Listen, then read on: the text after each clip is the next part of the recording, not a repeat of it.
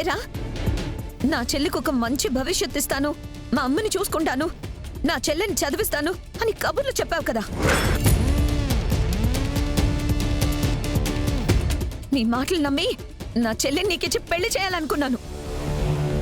అదే జరుగుంటే ఆ అమ్మాయి జీవితాన్ని నాశనం చేసినట్టు నా చెల్లి జీవితాన్ని కూడా నాశనం చేసేవాడు కదా. నీలాంటి వాడిని వదిలి పట్టకూడదురా.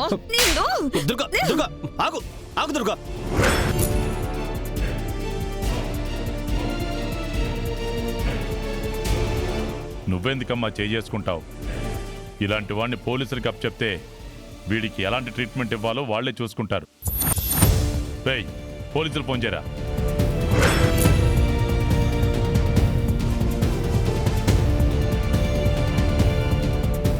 సరే ఎస్ఐ గారు, అర్జెంటుగా మా ఇంటికి రండి. పట్టుకోరా.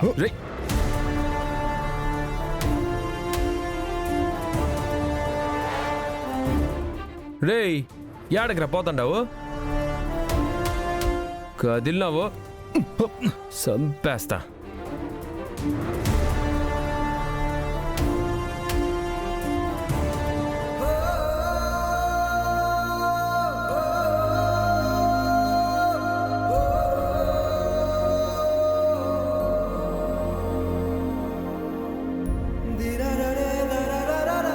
ఏవండి,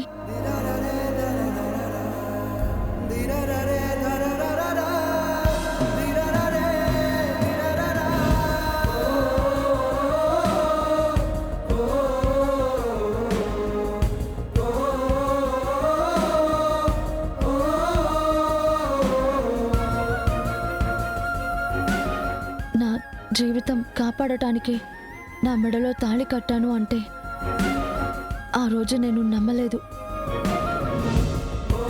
అది నా తప్పే.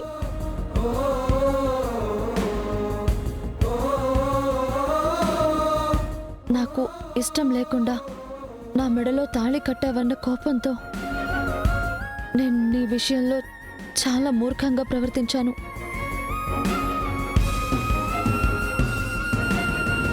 మీ అందరికీ తప్పుగా అగుపించవచ్చు, కానీ విజయశాంతి జీవితం కాపాడడానికి నాకెంతకంటే మార్గం అగుపించలేదు.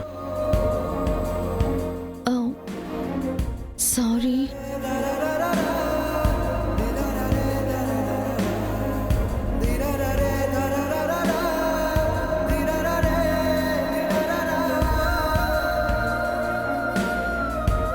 నువ్వు కాదమ్మా చెప్పాల్సింది,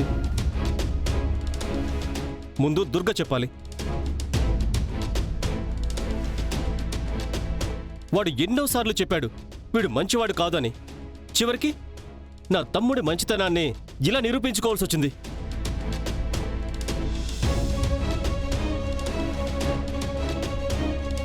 వాడు తప్పు చేయడు అని మా అత్తయ్య చెప్పినా, నేను చెప్పినా మీరెవరూ నమ్మలేదు.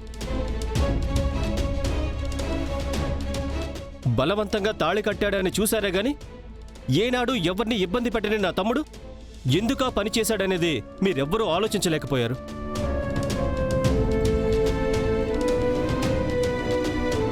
చిరంజీవికి సారీ చెప్పాల్సింది నువ్వు కాదు, ముందు దుర్గా. పెళ్లిపేటల మీద అంత గొడవ చేసింది తనే కదా.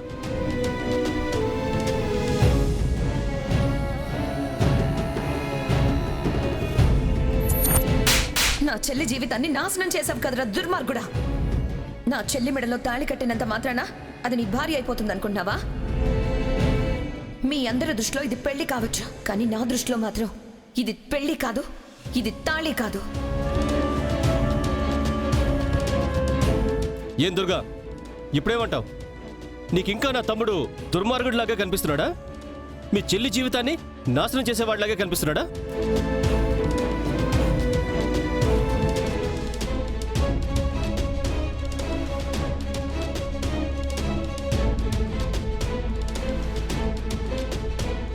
ఇప్పుడు నేను వీడికి క్షమాపణ చెప్పాలా? చిరంజీవి, పచ్చని పందిట్లో పెళ్లి కొడుకును కాదని నా చెల్లి మెడలో తాళి కట్టావన్న కోపంలో నేనేదేదో మాట్లాడేశాను.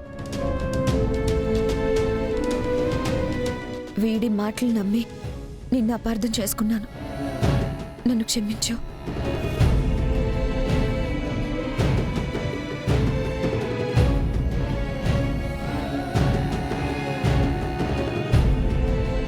వదినమ్మా, నువ్వేంది వదినమ్మా నన్ను క్షమించమని అడిగేది? కళ్ళ ముందే పెళ్లి కొడుకుని కాదని ఎవరో వచ్చి తాళి కడితే ఎట్టుంటది? కోపం రాకుండా ఉంటుందా ఏమి? నీ తప్పే ఉండదు. ఆడ నువ్వు వట్టదా మాట్లాడాలా? మాట్లాడినావు.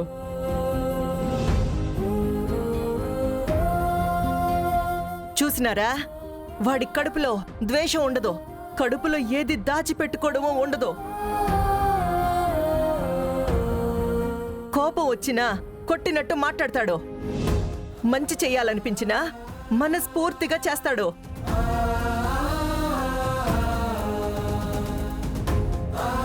వాణ్ణి అర్థం చేసుకోలేక మీరందరూ ఏమేమో మాట్లాడేసినారు.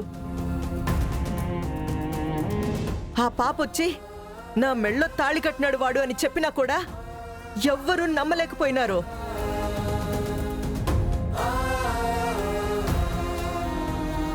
పెళ్లి ఫోటోలు చూపిస్తే కూడా ఇవన్నీ ఎవరు తయారు చేసినారో అన్నారు, పక్కన పడేసినారు.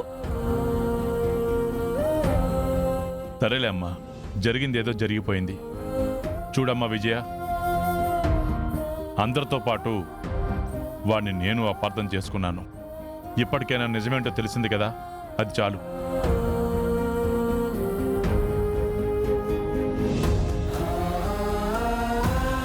నా అల్లుడు ఎప్పుడూ ఒక్కడే.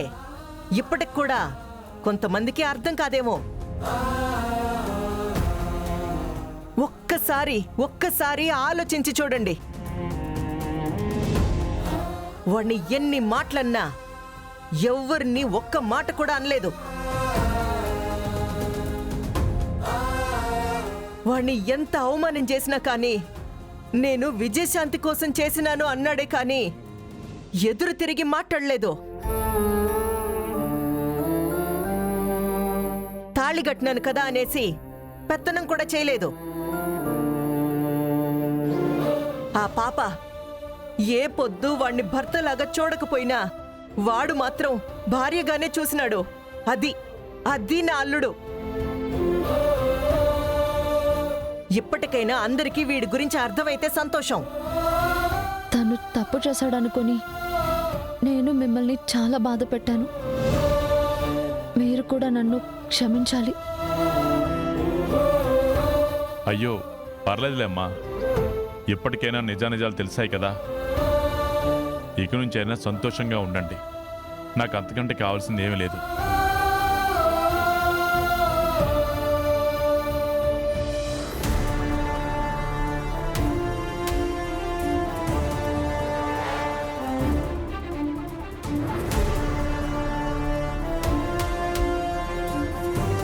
రే అర్జున, వీణ్ణి పోలీసులకు అప్పచెప్పి మళ్ళీ జీవితంలో బయటికి రాకుండా చూడమని చెప్పు.